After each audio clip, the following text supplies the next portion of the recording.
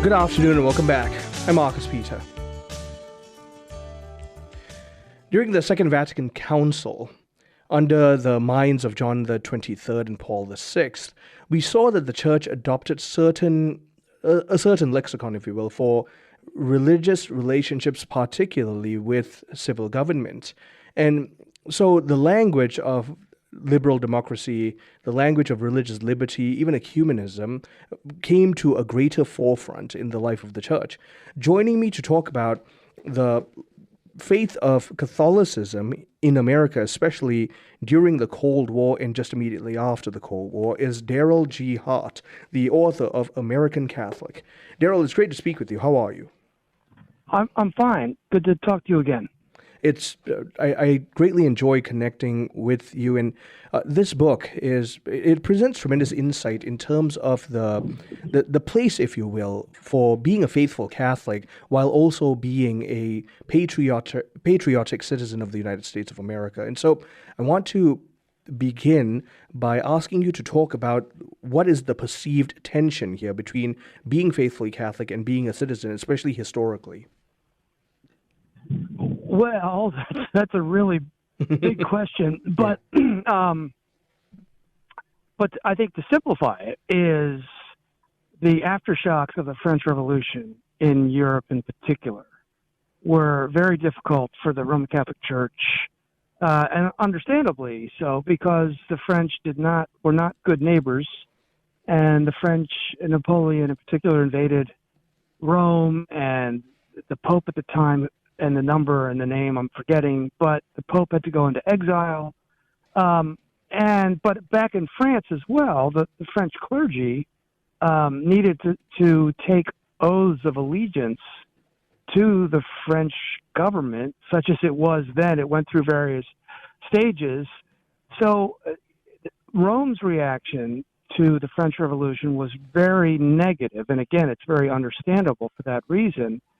And I think some in Europe looked at the American Revolution through similar lens, because it was also the formation of a republic. It was also a kind of revolution. It was throwing off the tyranny of King George, etc. Right. Even though I think lots of scholars would make the case, and I'm partial. I mean, I like the United States a lot, and I do try to argue that the American Revolution was different from the French Revolution. The American Revolution had a conservative aspect to it, and I don't think that's overdoing it, whereas the French Revolution was much more radical. Yeah. So in the 19th century, you have a series of conservative popes. I mean, I think in some ways all popes are conservative in a way, but really hammering down on modern developments. The encyclical... I'm sorry, the Syllabus of Errors, published in 1864, is an example of the Vatican saying they're not going to cooperate with modern liberal society in almost any form. But Pope Leo XIII, who comes along after some of these conservative popes, is a more moderate stance. After him comes another couple of conservatives, both Pius X and XI. So American Roman Catholics are sort of caught in between enjoying relative freedom and a decent way of life in the United States, even though the American church is very much an immigrant church throughout the 19th century.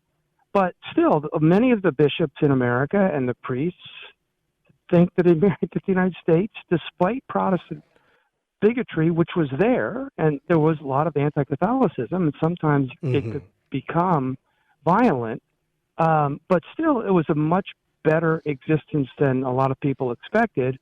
So that's the kind of conundrum. Fast forwarding to the 20th century, though, the American church, members of the church, are losing their immigrant status. They're becoming middle class and university graduates. And even then, they're still appreciating the United States as a very good kind of society, the American founding being pretty good. There's still remnants of anti-Catholicism, a best-selling book by Paul Blanchard in 1949, I believe, called American Freedom and Catholic Power, or something like those are the words in the title. Basically, again, it's charging the church with this kind of authoritarianism in contrast to American freedom. But John Courtney Murray, a very important theologian of the 20th century, counters that by arguing that the American founding actually drew on natural law and some ideas from the medieval world, Right. and tried to harmonize the American founding with Roman Catholic teaching. Right. And, he got a lot of criticism later. In his day, he got a lot of criticism from Vatican officials, not so much from the papacy directly, but he was told to shut it down and not to publish on church and state matters in the 1950s. So those are some of the tensions between the church's reaction to the French Revolution, but also the American Revolution, the American system of government being different, and many American Roman Catholics enjoying American society in ways that European Roman Catholics are kind of like suspicious and don't really think it's really all that. And you really see, especially during the Cold War era, that American Catholicism enters into a kind of defining intersection, or a defining period, I should say, because up until that point, there's still a bit of a marginalized, or at least a religious subset on the margins. But during that time, you see the rise of the push of anti-communism, but also a few intellectuals that you highlight, Schlafly and Buckley, and John F. Kennedy. And so all of a sudden, you're seeing that Catholicism is finding a foothold within the American identity, and then eventually that gives way into a kind of Americanism. Right. And I think what Roman Catholics like Buckley, like Schlafly did, I guess, and I don't know how good a Roman Catholic John F. Kennedy was, but it was still a notable development in American history for a Roman Catholic to become president of the United States. And I think he ran a good campaign. He appealed to Protestants broadly. There were reasons why you could imagine the bishops of the American Church being upset with him. He took a hard stand against any kind of public aid for parochial schools, said he would not support it, which was pretty much a linchpin of the way Protestants viewed relationship between the American government and parochial schools. But it really, and I think it's continued since the 1960s, that American Roman Catholics have really enjoyed, and American society, I would also argue, has benefited from the insights, wisdom, reflection of Roman Catholics who, you could argue have come into their own since the 1960s. Current situation is a little bit maybe different, and those voices are saying some things that maybe weren't said as much back then, and we can talk about that. But still, I myself am a Protestant, and I've studied a lot evangelical Protestants considerably, and evangelical Protestants have not in any way upped their game the way Roman Catholics have. There are all sorts of reasons for that, but there was a time 20 years ago when people were talking about the evangelical mind and evangelical scholarship being considerable, and there were aspects of that, but it wasn't anywhere near the kind of achievement that Roman Catholics have enjoyed in the United States. And, one way you can point to that is 5 Supreme Court justices are Roman Catholic, and I don't know that anyone comes close. The evangelicals, for instance, have come close to that. I'm talking with Darryl G. Hart. He is an historian and the author of American Catholic, The Politics of Faith During the Cold War. And we're talking about understanding how the Catholic Church in America developed in terms of especially its social foothold and even the rise of liberal Catholicism. Stay tuned. I'm Marcus Peter.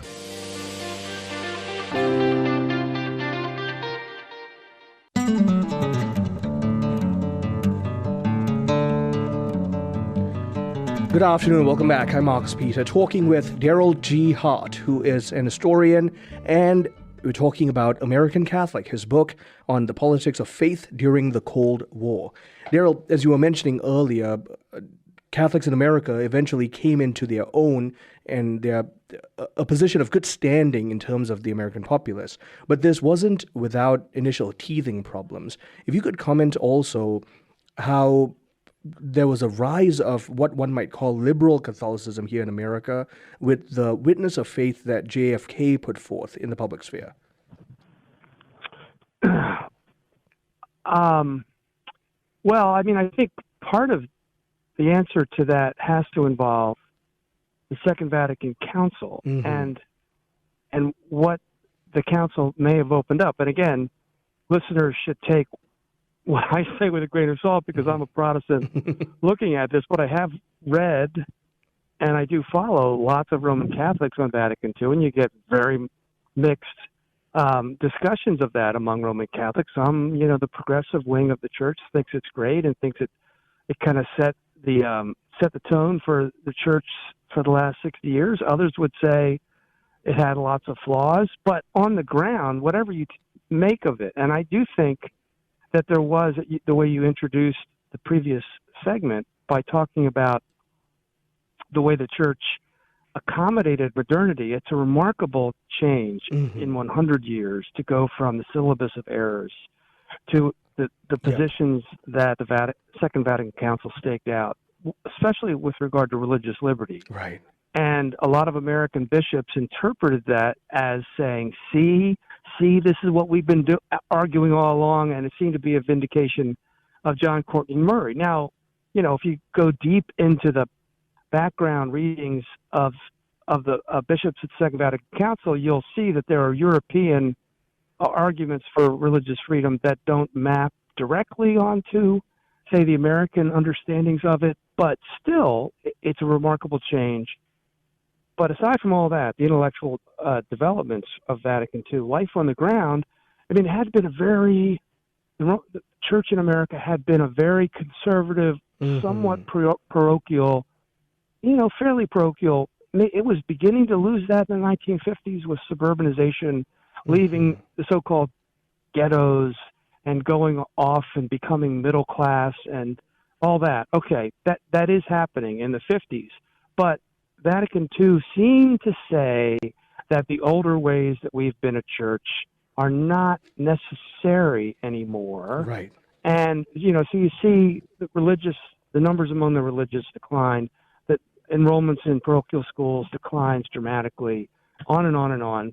Gary Wills, who's a liberal American Catholic, wrote a book about this, Bare Ruin Choirs, I believe is the name of it. It's really, it's a lament for what's happening to the church, even though Wills himself probably would have agreed with the bishops in a lot of ways, but what had been kind of an airtight culture or subculture now begins to lose that. And I still think the American church is trying to figure that out. I don't know that it's done it yet, and I don't know that they can get much help from Europeans, which is a very different society in many ways. I mean, yes, it's Western, yes, it's liberal democracy and lots of economic similarities, but still, my perception is that the church in Europe has kind of elitism built into it that the American church does not, right. And that's partly why Leo the 14th, the current pope, is really kind of intriguing because he comes out of the background of an immigrant church here in the United States, and now he's at the highest level of the church, and how that's going to play out, very difficult, but that's getting way ahead of the story. Yeah, and I'd like to draw back a little bit to closer to that time period of the 50s and the 60s, considering the influence of, so you had JFK, who was putting forth a notion of religious neutrality in how he lived his American political identity. And then you also had some brilliant thinkers, like we mentioned, so William Buckley, Leo Bozel, Gary Wills, and regardless of their splitting, one of the things that they put forth was that Catholicism was in fact compatible with a lot of the fundamental driving ideals and constitutional frameworks of the United States of America. If you could comment on that and how that influenced Catholic life in the sociopolitical sphere, please. Well, I mean, I think the conservative movement, in particular, such as it's known, William F. Buckley is more or less the godfather of that movement, which led to the nomination of Barry Goldwater in 1964, and then eventually Ronald Reagan in 1980, which was sort of the high water mark of the conservative movement. But Buckley started the magazine National Review. I used to work at an institution called the Intercollegiate Studies Institute, ISI, in Wilmington, Delaware. It's kind of an academic educational institution, sponsors kind of curricular work for college and university students in the United States. And Buckley was a president for a very brief time, pretty much in name only, but of that.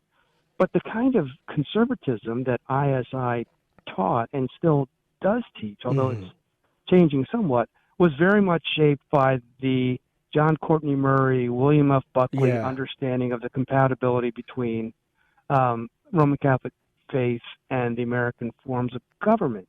Now, I mean, there were Protestants who bought into that view as well, usually more mainline than evangelical, but so it wasn't in any way a kind of sectarian or parochial understanding of the American founding and American government. It was capacious enough to include Jews as well in that understanding, but that really was the backbone of the conservative political movement, and it has Roman Catholic fingerprints all over it. And there would be other sources in the church, though. Commonweal comes to mind, but America, the Jesuit magazine as well, who would have been critical of that view and probably still more oriented to the New Deal of FDR and the kind of welfare programs, especially that came to America, became part of American society during the New Deal. So there is that tension between, say, an FDR outlook and kind of Ronald Reagan's Morning in America view, but still that conservative political outlook was very important, obviously, with 2 presidential nominations, and I think still even George W. Bush was trying to run in that lane in some way, and a guy like Father Richard John Newhouse, who started First Things magazine, a convert to Rome from a Lutheran background, was also updating that Buckley kind of view, and he was reaching out to evangelicals more, and he really did, I think, help to bring evangelicals into that conservative intellectual and political movement. If we consider that the kind of communism and socialism of the Cold War era became, for want of a better expression, a kind of ecumenical clarion call wherein Catholics could show that they were, in fact, united with their conservative biblical counterparts, their Protestant brothers and sisters. Comment then on Clarence Mannion and his take, especially looking at things like the New Deal. It's been a while since I've looked at anything by Clarence Mannion, but I mean, I do think you're pointing to a strain of conservatism that Roman Catholic thinkers like Mannion, and Buckley was somewhat in this orbit, as well as Brett Bozell, who saw, I don't think they saw communism in the New Deal, but they certainly saw socialism, a socialist drift in the New Deal, and argued, and I think it's a fair argument. I don't know that you want to. I don't know that I would be comfortable saying it was socialist or communist. I mean, it could lead that way, but I think their argument that it was out of line with the American Constitution and what the federal government should do is actually a plausible argument, and Mannion was, I believe, the dean of the law school at Notre Dame, And so he had some legal chops to make that case. And, I think part of what the conservative movement had to try to figure out, and Reagan, who himself was a New Deal Democrat who then turned Republican, when he saw what unions were like, having been the head of the Actors Guild in Hollywood for a time, I think they had to figure out how not to touch the third rail of Social Security and some of those programs from the New Deal. So, and that's still very much a problem for conservatives, whether they are Bush, a Reagan, or a Trump kind of conservative. Right. But still, I mean, what Buckley and those other thinkers around him, Mannion included, pointed to was the problems of the New Deal. And the question then is, how politically viable is that? Do you get votes with that or not? And I think part of what we've seen, you don't get the votes, but the intellectual argument still, I think, is compelling. Yeah. Now, we're completely running out of time. I would have loved to draw this to a head with talking about the rightful place of patriotism while still holding fidelity to Christ. But Darryl, this was a truly enlightening conversation. Thank you for making the time. Well, it was great to talk to you. And again, it's always good to be with you. Thanks. My guest has been Darryl Hart. He is the author of American Catholic, The Politics of Faith During the Cold War. And we've been revisiting this in light of conversations about where we ought to hold the place of our faith and our operations in the socio-political sphere. Christ is still Lord over all, including over the United States. Thank you for joining us. I'm Marcus Peter.